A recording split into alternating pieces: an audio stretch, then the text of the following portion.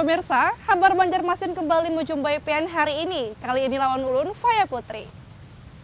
Sejumlah berita aktual dan beberapa informasi menarik lainnya telah kami siapkan. Berikut berita utama hari ini. Kasus pembunuhan yang terjadi pada Selasa 18 Mei lalu di Terminal Gambut, Kabupaten Banjar, akhirnya terungkap. Korban dan tersangka ternyata melakukan transaksi hubungan sesama jenis, namun nahas hubungan tersebut berujung maut.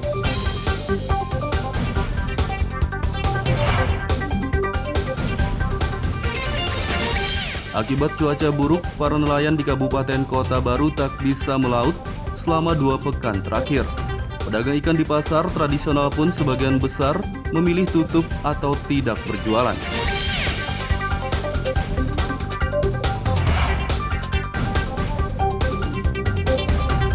Putusan Mahkamah Konstitusi MK dalam sidang sengketa pemilihan wali kota Pilwali Banjarmasin, permohonan pasangan Ananda Musafa Zakir ditolak.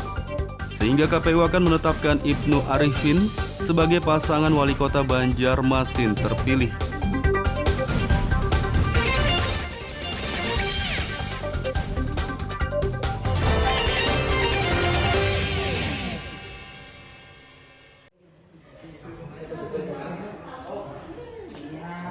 Kasus pembunuhan yang terjadi pada Selasa 18 Mei lalu di Terminal Gambut, Kabupaten Banjar, akhirnya terungkap. Korban dan tersangka ternyata melakukan transaksi hubungan sesama jenis, namun nahas hubungan tersebut berujung maut.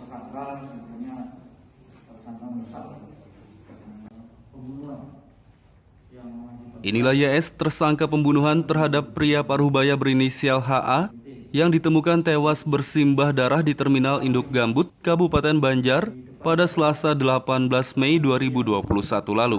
Di Mapolres Banjar Kamis siang kemarin, pemuda berusia 23 tahun ini mengaku menghabisi nyawa korban karena kesal jasa berhubungan badan sesama jenis yang diberikannya tidak dibayar. Saya bertengkar dengan beliau mulai dari bulan Februari. Kenapa sempat korban dihabisi?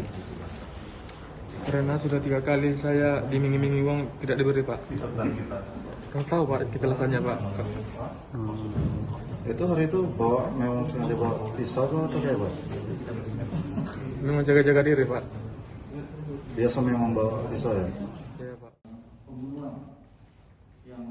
Menurut polisi, usai menghabisi nyawa korban, tersangka sempat kabur ke kampung halamannya di Medan, Sumatera Utara dan berhasil ditangkap pada beberapa waktu lalu.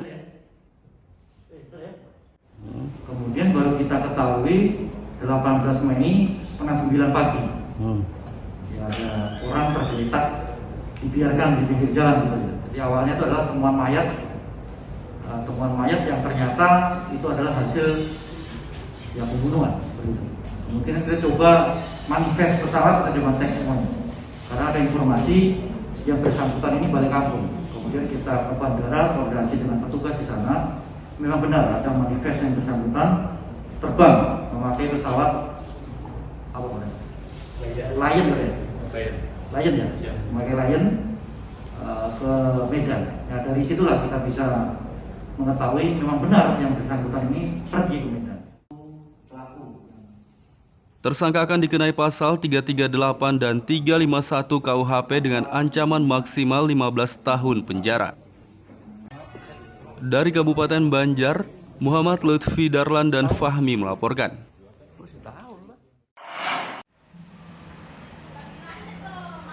Akibat cuaca buruk, para nelayan di Kabupaten Kota Baru tak bisa melaut selama 2 pekan terakhir. Pedagang ikan di pasar tradisional pun sebagian besar memilih tutup atau tidak berjualan.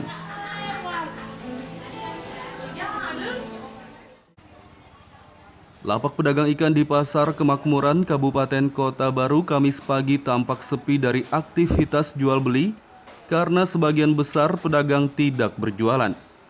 Kondisi ini sudah berlangsung selama 2 pekan akibat cuaca buruk sehingga nelayan setempat tak bisa melaut.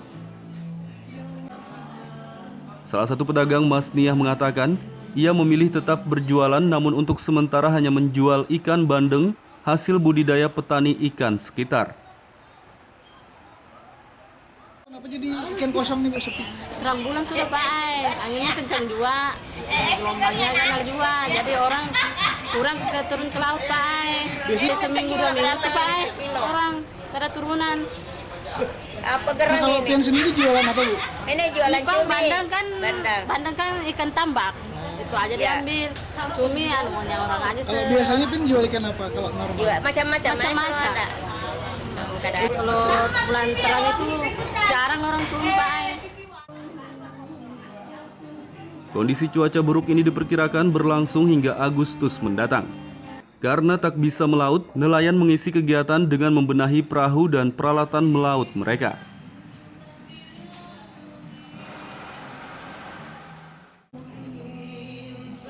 Dari Kabupaten Kota Baru, Muhammad Lutfi Darlan dan Fauji Rahman melaporkan.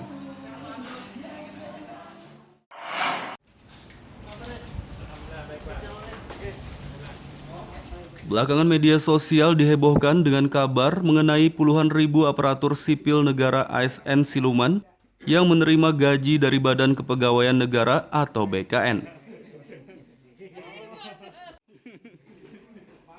Menanggapi hebohnya kabar puluhan ribu ASN siluman tersebut, Pelaksana Harian PLH Sekretaris Daerah Banjarmasin Muhyar mengatakan, selama ini pihaknya tidak menemukan adanya data ASN siluman di lingkup pemerintahan Kota Banjarmasin.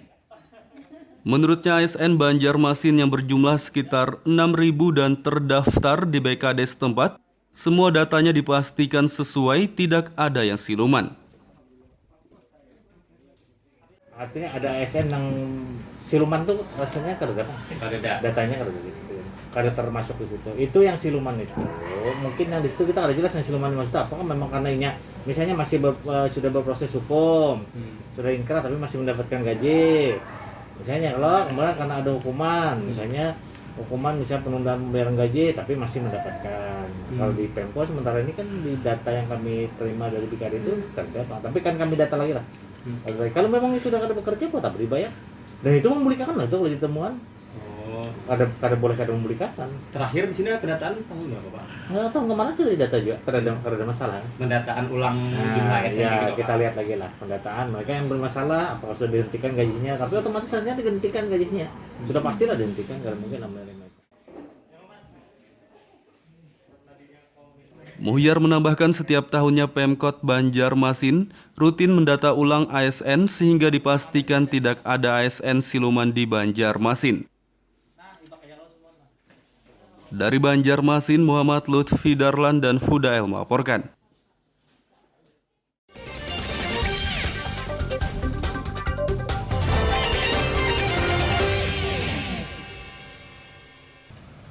Pemirsa, masih bersama kami dalam Kabar Banjarmasin.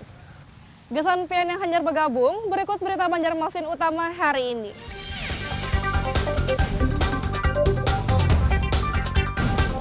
Kasus pembunuhan yang terjadi pada Selasa 18 Mei lalu di Terminal Gambut, Kabupaten Banjar, akhirnya terungkap. Korban dan tersangka ternyata melakukan transaksi hubungan sesama jenis, namun nahas hubungan tersebut berujung maut.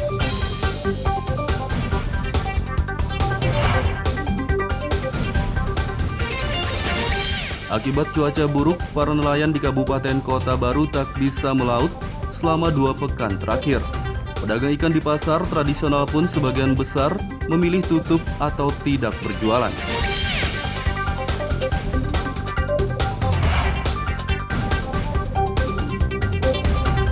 Putusan Mahkamah Konstitusi MK dalam sidang sengketa pemilihan wali kota Pilwali Banjarmasin, permohonan pasangan Ananda Musafa Zakir ditolak. Sehingga KPU akan menetapkan Ibnu Arifin sebagai pasangan wali kota Banjarmasin terpilih.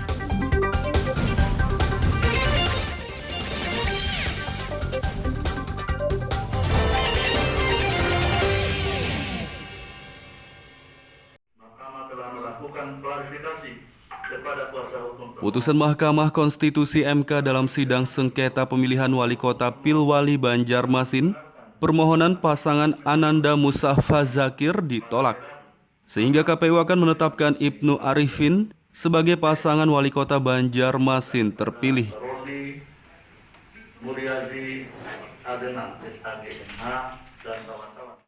dan 2 dianggap dibacakan. Sidang sengketa Pilwali Banjarmasin di Mahkamah Konstitusi dengan agenda pembacaan putusan berlangsung pada Rabu siang lalu. Dalam sidang ini Hakim MK menyatakan permohonan dari pasangan Ananda Musafa Zakir ditolak. Sementara hasil perolehan suara yang telah ditetapkan Komisi Pemilihan Umum KPU Banjarmasin dinyatakan sah. Sehingga KPU akan menetapkan Ibnu Sina Arifin Nur sebagai pasangan wali kota Banjarmasin terpilih. Pasangan Ibnu Sina Arifin Nur yang menyaksikan sidang tersebut secara virtual langsung bersujud syukur atas putusan yang dibacakan Hakim MK. Mahkamah Konstitusi berkeyakinan dengan seluruh fakta-fakta yang ada, semua dalil dari pemohon itu tidak terbukti dan diabaikan. Kemudian yang kedua, ini juga menjadi keputusan dari Mahkamah Konstitusi adalah bahwa kedudukan hukum dari pemohon kemudian tidak terpenuhi, sehingga kami menyampaikan ucapan terima kasih dan penghargaan setinggi-tingginya atas putusan Mahkamah Konstitusi yang menegakkan aturan terkait dengan ambang batas.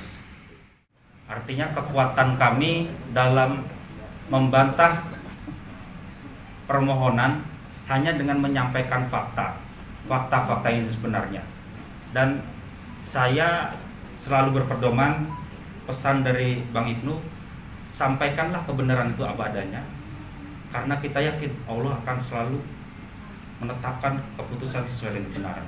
Dan alhamdulillah hari ini meskipun melalui proses yang panjang, yang alot, atas izin Allah Subhanahu wa taala kita ditetapkan sebagai pemenang dan tidak semua tuduhan itu terbantahkan.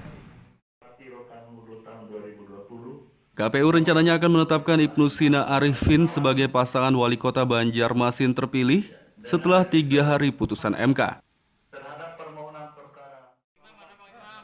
Dari Banjarmasin, Muhammad Lutfi Darlan dan Fudael melaporkan.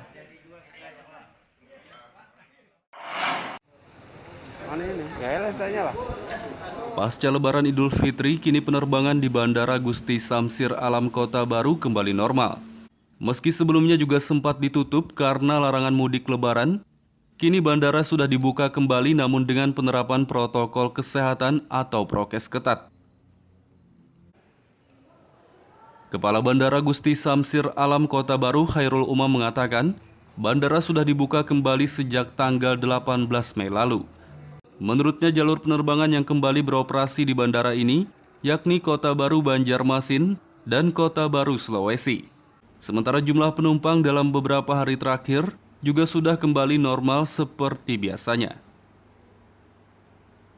Penerbangan kami kemarin setelah masa peniadaan mudik mulai tanggal 18 Mei 2021 itu sudah kembali normal. Jadi kami sekarang tetap melayani penerbangan dari operator maskapai Wings Air dengan tujuan Banjarmasin dengan ujung pandang. Jadi yang pagi di jam 7.20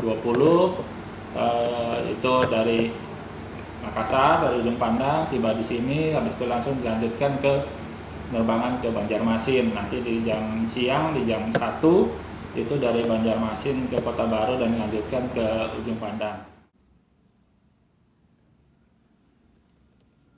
Untuk mencegah penyebaran COVID-19, Bandara Gusti Samsir Alam mewajibkan penerapan prokes ketat bagi para penumpang.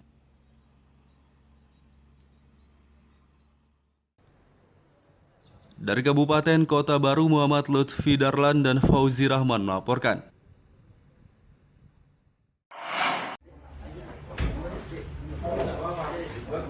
Kerjasama dalam penanganan banjir harus ditingkatkan agar bantuan evakuasi maupun logistik untuk para korban banjir bisa disalurkan dengan cepat dan sesuai yang dibutuhkan.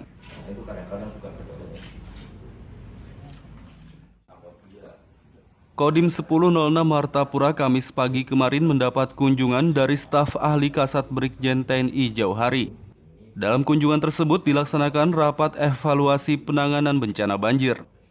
Kabupaten Banjar merupakan salah satu daerah yang terdampak banjir paling parah di Kalimantan Selatan. sehingga evaluasi penanganan banjir perlu dilakukan.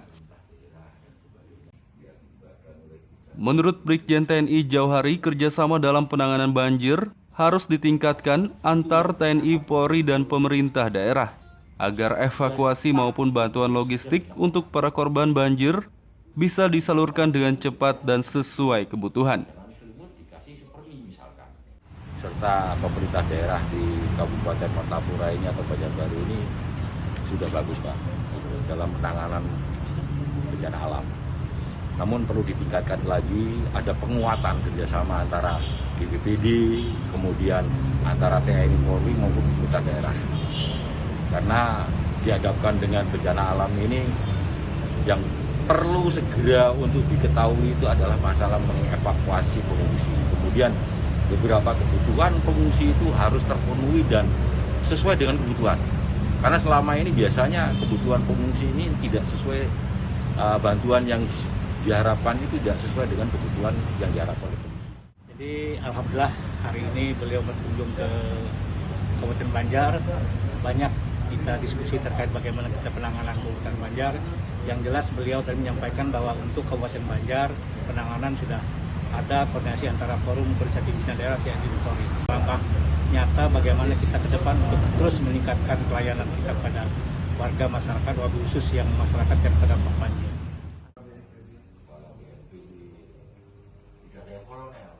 Kegiatan rapat evaluasi yang dilaksanakan di Makodim 1006 Martapura ini juga diikuti Kapolres Banjar, AKBP Andriko Prabowo, dan tuan rumah Dandim 1006 Imam Muhtarom.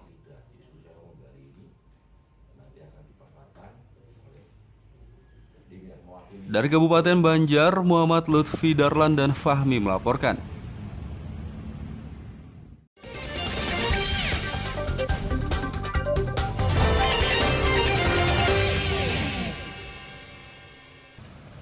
Pemirsa, masih bersama kami dalam Kabar Banjarmasin. Gesan PN yang hanyar bergabung, berikut berita Banjarmasin utama hari ini.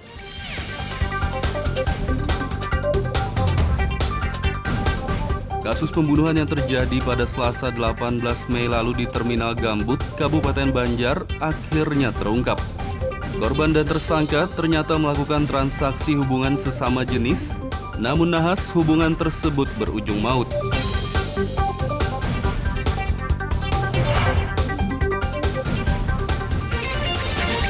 Akibat cuaca buruk, para nelayan di Kabupaten Kota Baru tak bisa melaut selama 2 pekan terakhir. Pedagang ikan di pasar tradisional pun sebagian besar memilih tutup atau tidak berjualan.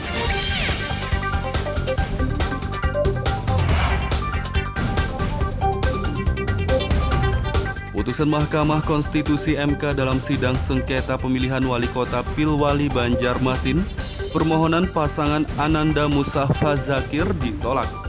Sehingga KPU akan menetapkan Ibnu Arifin sebagai pasangan wali kota Banjarmasin terpilih.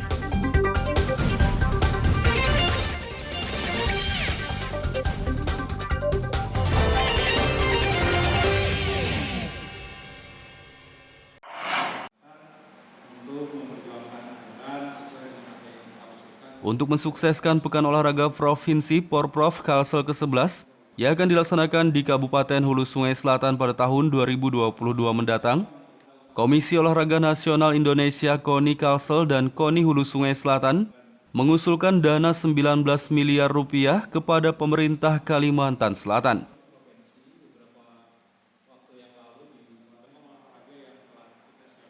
KONI Kalsel bersama KONI Hulu Sungai Selatan dan pemerintah setempat Kamis kemarin menggelar audiensi untuk persiapan Porprov Kalsel ke-11 yang akan dilaksanakan pada tahun 2022 mendatang. Sementara untuk mensukseskan pelaksanaan Porprov Kalsel ke-11, KONI Kalsel dan KONI Hulu Sungai Selatan mengusulkan dana sebesar 19 miliar rupiah kepada pemerintah Kalimantan Selatan. Wakil Sekretaris Umum KONI Kalsel, Hesli Junianto mengatakan, dana 19 miliar rupiah tersebut akan digunakan untuk memperbaiki sejumlah gelanggang pertandingan olahraga yang akan digunakan untuk Porprov nanti. Apa yang disampaikan oleh Ketua Panitia Pak Wakil Bupati itu akan diusulkan sekitar 19 miliar. miliar. Mudah-mudahan kita mengusulkan ya lebih ditambah lagi begitu. Yang 19 miliar lagi harus ditambah karena banyak venue-venue yang harus diperbaiki, direnovasi sehingga penyelenggaraan ini betul-betul mewakili wajah provinsi, bukan HSS saja, tapi adalah Provinsi Kalimantan Selatan. Hasil daripada rapor prop itu ada 28 ya. Nah, yang ada ini kita lihat ada tambahan tadi sekitar 41. Nah, tapi masalah cabur ini nanti akan dibicarakan lagi dengan technical delegate-nya. Rapat hari ini lebih memantapkan persiapan kita jadi tuan rumah Porprov. Banyak masukan dari tim pengarah ya, dari KONI Provinsi apa yang harus kita lakukan.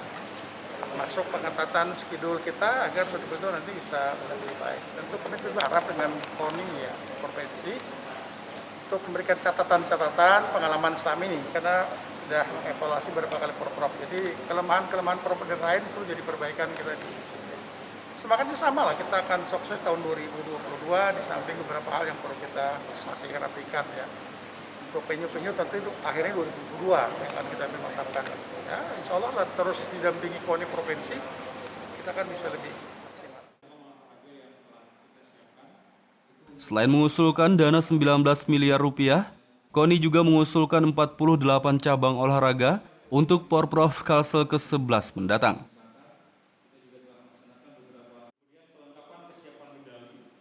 Dari Kabupaten Hulu Sungai Selatan, Muhammad Lutfi Darlan dan Sofan melaporkan.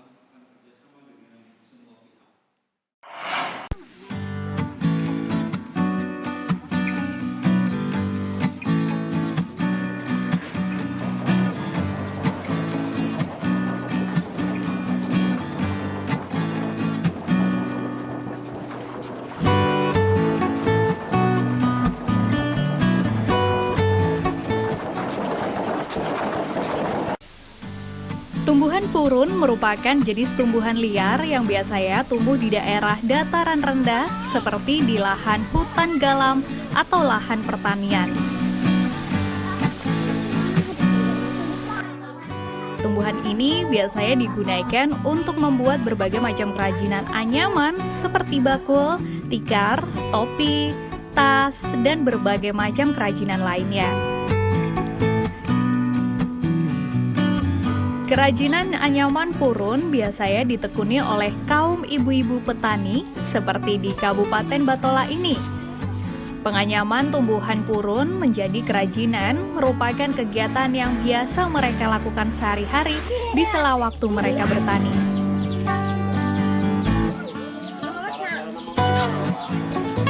Nah, selain sebagai pengisi waktu senggang dalam bertani, menganyam kerajinan purun ini juga menambah penghasilan mereka. Untuk membuat kerajinan anyaman purun, purun terlebih dahulu dijemur hingga kering dan layu, sehingga tidak mengandung kadar air lagi di dalamnya. Kemudian purun dipilah sesuai ukuran, baik besar dan panjangnya yang berbeda-beda. Setelah dipilih, purun selanjutnya diikat. Kemudian ditumbuk menggunakan mesin tumbuk atau bisa juga secara manual dengan menggunakan kayu.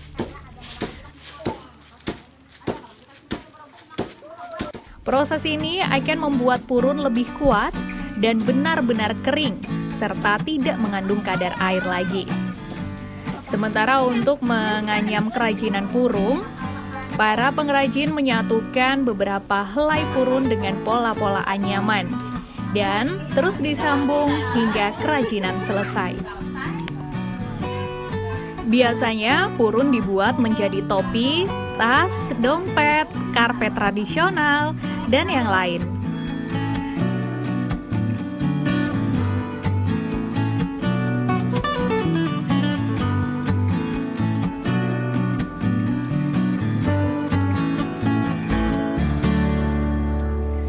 Salah seorang pengrajin anyaman purun, yaitu Erna, mengatakan membuat kerajinan purun merupakan kegiatan sampingan selain bertani. Dengan menganyam purun, dia mendapatkan tambahan penghasilan untuk kebutuhan sehari-hari keluarganya. Kalau selain membuat tikar ini apa biasanya? Itu rumah petani kita habis tanam ini yang sampingannya lagi.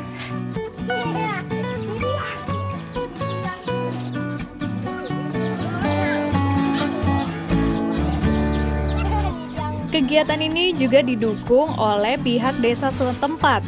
Menurut Kepala Desa Sungai Raya, Amar Jadi, mengatakan agar bahan baku kerajinan purun tetap tersedia, pihaknya telah menyisihkan dana desa untuk budidaya tumbuhan purun. Budidaya purun ini tetap kami kembangkan, yaitu dengan cara salah satunya untuk permodalan kami sisihkan untuk kegiatan di bidang BUMDes. Jadi dana itu kami ambilkan untuk budidaya purun ini dan dianggarkan untuk di dana desa. Selain sebagai penambah penghasilan bagi para petani di sela waktu mereka, menganyam kerajinan purun ini juga merupakan kearifan lokal yang sudah turun-temurun dilakukan sejak zaman dahulu. Muhammad Lutfi Darlan melaporkan dari Batola, Kalimantan Selatan.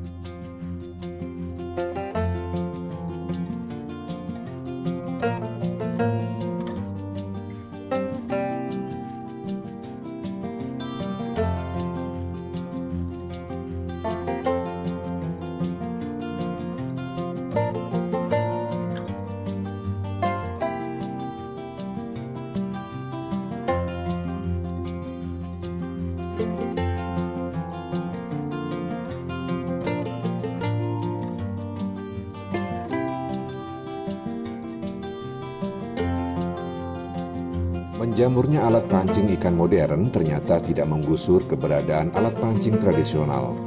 Alat pancing berbahan bambu ini tetap diminati oleh para pemancing di Kalimantan, dan usaha pembuatannya tetap berjalan dan cukup menjanjikan.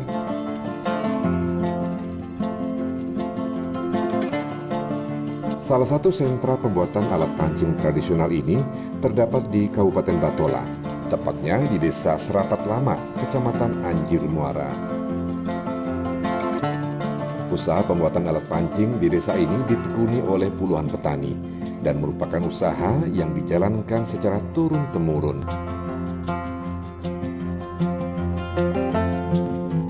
Biasanya, para petani ini mulai membuat alat pancing tradisional di saat musim tanam padi usai.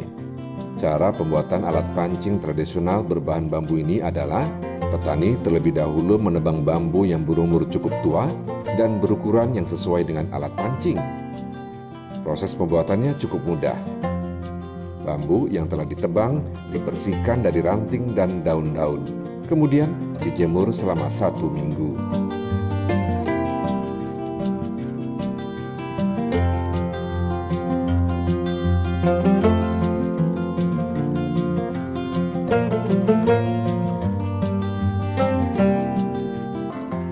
Bambu selanjutnya dipanaskan di atas api sambil diurut-urut menggunakan kain basah.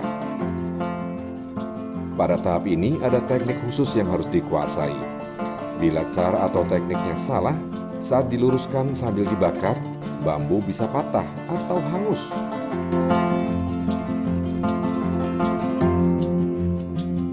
Oh, ada juga tekniknya usut-usutannya emang ada bisa patah lah ini gitu Atau ada pas di terlalu panas mungkin bilang. Terlalu panas kan hangatnya.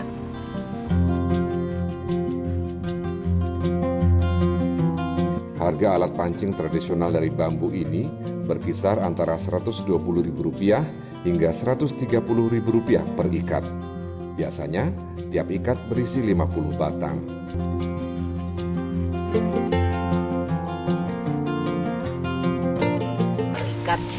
Per ikat. Jual partai ya hitungannya. Kalau satu ikatnya berapa, Bang? Satu ikat tuh katanya bisa 130. Ya 125.500 katanya sih. Isinya 50 batang lah. 50. Alat pancing tradisional dari desa Serapat Lama ini memiliki pembeli atau pemesan tetap, yakni para agen penjualan alat pancing tradisional di Kalimantan Selatan dan juga Kalimantan Tengah.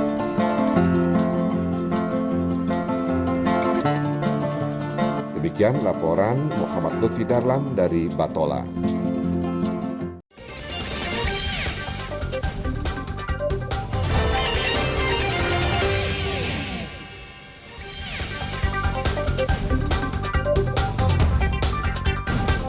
Kasus pembunuhan yang terjadi pada Selasa 18 Mei lalu di Terminal Gambut, Kabupaten Banjar, akhirnya terungkap. Korban dan tersangka ternyata melakukan transaksi hubungan sesama jenis, namun nahas hubungan tersebut berujung maut.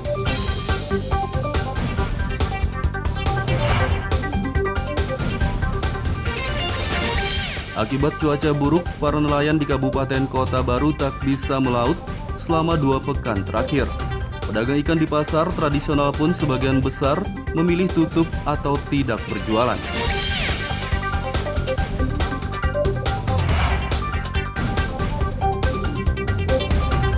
Putusan Mahkamah Konstitusi MK dalam sidang sengketa pemilihan wali kota Pilwali Banjarmasin, permohonan pasangan Ananda Musafa Zakir ditolak. Sehingga KPU akan menetapkan Ibnu Arifin sebagai pasangan wali kota Banjarmasin terpilih.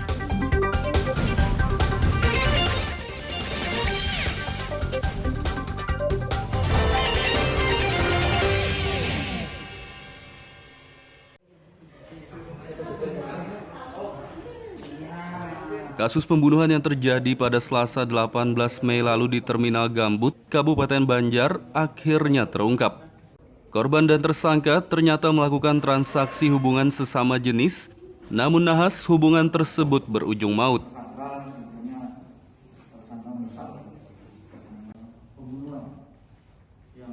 Inilah YS, tersangka pembunuhan terhadap pria Parubaya berinisial HA yang ditemukan tewas bersimbah darah di Terminal Induk Gambut, Kabupaten Banjar pada Selasa 18 Mei 2021 lalu.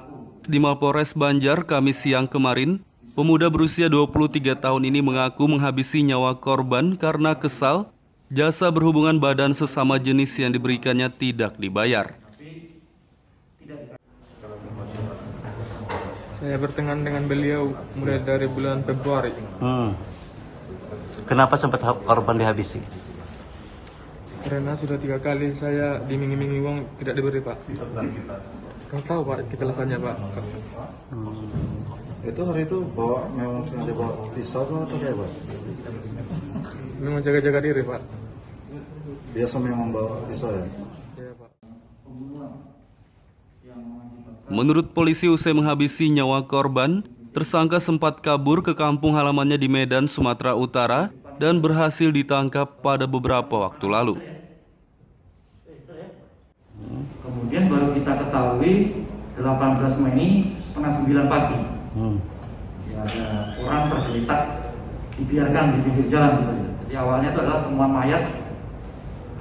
mayat yang ternyata itu adalah hasil yang pembunuhan. Kemudian kita coba manifest pesawat, kita coba cek semuanya. Karena ada informasi yang bersangkutan ini balik kampung. Kemudian kita ke bandara koordinasi dengan petugas di sana.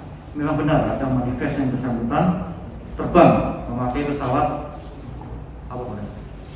Lion ya, memakai Lion ke Medan. Ya, dari situlah kita bisa mengetahui memang benar yang bersangkutan ini pergi ke Medan. Tersangka akan dikenai pasal 338 dan 351 KUHP dengan ancaman maksimal 15 tahun penjara. Dari Kabupaten Banjar, Muhammad Lutfi Darlan dan Fahmi melaporkan.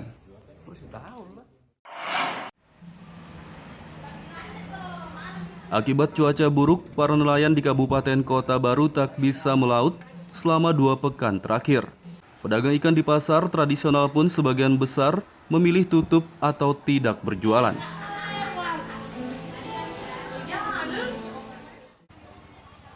Lapak pedagang ikan di Pasar Kemakmuran, Kabupaten Kota Baru, Kamis pagi tampak sepi dari aktivitas jual beli karena sebagian besar pedagang tidak berjualan. Kondisi ini sudah berlangsung selama 2 pekan akibat cuaca buruk sehingga nelayan setempat tak bisa melaut. Salah satu pedagang Mas Niah mengatakan ia memilih tetap berjualan namun untuk sementara hanya menjual ikan bandeng hasil budidaya petani ikan sekitar. Kenapa jadi ikan kosong nih Bu sepi? Terang bulan sudah Pak, anginnya kencang juga, gelombangnya kan juga, jadi orang kurang turun ke laut Pak. Biasanya seminggu 2 minggu tuh Pak, orang kada turunan. Apa gerang ini? Kalau pian sendiri jualan apa Bu? Ini jualan cumi. Bandeng kan ikan tambak, itu aja diambil. Cumi maunya orang aja. Kalau biasanya pun jual ikan apa kalau normal? Macam-macam. Kalau bulan terang itu jarang orang turun Pak. Kondisi cuaca buruk ini diperkirakan berlangsung hingga Agustus mendatang. Karena tak bisa melaut, nelayan mengisi kegiatan dengan membenahi perahu dan peralatan melaut mereka.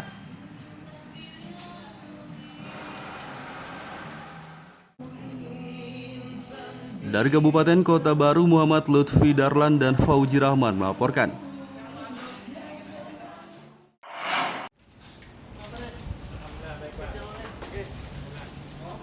Belakangan media sosial dihebohkan dengan kabar mengenai puluhan ribu aparatur sipil negara ASN siluman yang menerima gaji dari Badan Kepegawaian Negara atau BKN. Menanggapi hebohnya kabar puluhan ribu ASN siluman tersebut, Pelaksana Harian PLH Sekretaris Daerah Banjarmasin Muhyar mengatakan, selama ini pihaknya tidak menemukan adanya data ASN siluman di lingkup pemerintahan Kota Banjarmasin. Menurutnya ASN Banjarmasin yang berjumlah sekitar 6.000 dan terdaftar di BKD setempat, semua datanya dipastikan sesuai, tidak ada yang siluman. Artinya ada ASN yang siluman tuh rasanya kada datanya kada termasuk di situ. Itu yang siluman itu. Mungkin yang di situ kita kada jelas yang siluman maksud apa, kan memang karena misalnya masih sudah berproses hukum, sudah inkrah tapi masih mendapatkan gaji. Misalnya kalau kemarin karena ada hukuman, misalnya penundaan pembayaran gaji tapi masih mendapatkan. Kalau di Pemko sementara ini kan di data yang kami terima dari BKD itu terdapat, tapi kan kami data lagi lah. Kalau memang sudah kada bekerja kok tak dibayar. Dan itu membelikan lah itu kalau ditemuan. Kada boleh membelikan. Terakhir di sini pendataan tahun berapa Pak? Nggak tahu kemarin sudah didata juga, kada masalah. Pendataan ulang jumlah ASN ya, kita lihat lagi lah pendataan mereka yang bermasalah apakah sudah dihentikan gajinya, tapi otomatis saja dihentikan gajinya. Sudah pastilah dihentikan, kalau mungkin menerima itu. Muhyar menambahkan setiap tahunnya Pemkot Banjarmasin rutin mendata ulang ASN sehingga dipastikan tidak ada ASN siluman di Banjarmasin. Dari Banjarmasin, Muhammad Lutfi Darlan dan Fudael melaporkan. Pemirsa, informasi tadi sekaligus menutup perjumpaan kita kali ini. Saya Faya Putri lawan Buan Redaksi mengucapkan selamat beraktivitas, sampai jumpa.